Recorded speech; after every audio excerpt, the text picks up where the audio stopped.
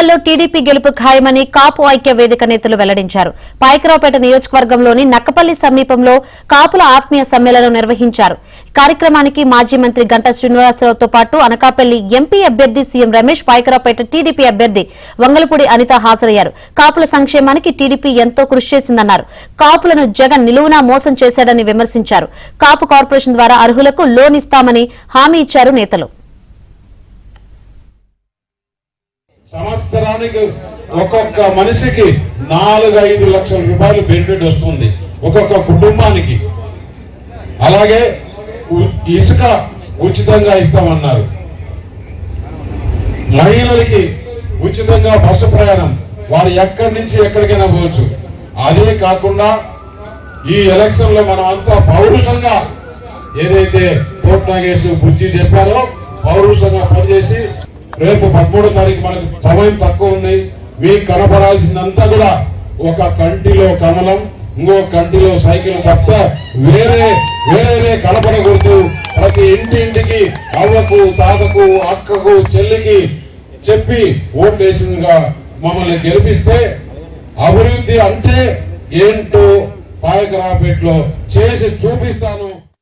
వచ్చిన సంవత్సరాలైనా కాపులకి సెపరేట్ గా ఒక కార్పొరేషన్ ఏర్పాటు చేసి దానికి 1000 కోట్ల నిధులు కేటాయించిన ఘనత కలిగిన పార్టీ ఏదైనా ఉందంటే అది తెలుగుదేశం పార్టీ.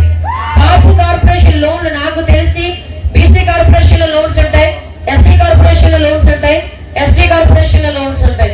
కానీ కాపు కార్పొరేషన్ లోని కూడా లోన్లు తీసుకొని జీవన ప్రమాణాలు పెంచుకోవడానికి కాపు సోదరులకి ఆర్థికంగా అండగా నిలిచిన పార్టీ ఏదైనా ఉందంటే అది తెలుగుదేశం పార్టీని మనం చంద్రబాబు నాయుడు గారిని పెట్టుకోవాలి. ఆయన్ని గెలిపించుకుంటే మన అదృష్టం. ఎందుకంటే అనకాపల్లి రూరల్ ప్రాంతం, గ్రామీణ ప్రాంతం, చాలా మంది యువత ఉన్నారు. వాళ్ళందరికీ ఉపాధి కావాలి, ఇది పారిశ్రామిక అభివృద్ధి చెందాలి. ఇవన్నీ జరగాలంటే ఒక విజన్ ఉన్న నాయకుడు కావాలి, ఒక మంచి సంబంధాలు, కాంటాక్ట్స్ పరిచయం వ్యక్తి కావాలి. అవన్నీ కూడా పుష్కలుగా ఉన్న వ్యక్తి రమేష్ అయితే బాగుంటుందని చెప్పి అందరూ అనుకొని యాక్చువల్ గా తను రాజ్యసభకి వెళ్తే ఆయన కంఫర్ట్ పర్సనల్ గా, ఎందుకంటే జనాలతో ఇదంతా అవసరం లేదు. ఆయన అనుకుంటే రాజ్యసభ ఇక్కడ చేసే అప్పుడు రాజ్యసభ పెడితే ఇంకొక 12 సంవత్సరాలు 6 కూడా వస్తుంది. కానీ అది కాదు, నువ్వు ఇటువంటి చోట్ల ఉంటే ప్రజలు ఎప్పుడు శాశ్వతంగా గుర్తుపెట్టుకుంటారు.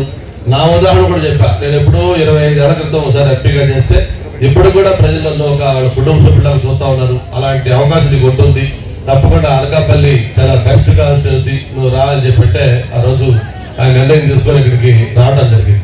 మరి ఆయనకున్న పరిచయాలు, ఆయనకున్న సంబంధాలు అవన్నీ కరెక్ట్ గా ఆయన చేసుకుంటే మంది అటు పారిశ్రామికంగా ఇటు అన్ని రకాలుగా కూడా అనకాపల్లి ఒక బెస్ట్ కాన్స్టిట్యున్సీ అవుతుందని చెప్పి తెలియజేసుకుంటూ, మరి సోదరులందరూ కూడా కాపులకు సంబంధించిన ఆత్మీయ సమావేశం ఇక్కడ ఏర్పాటు చేసుకోవటం చాలా సంతోషం.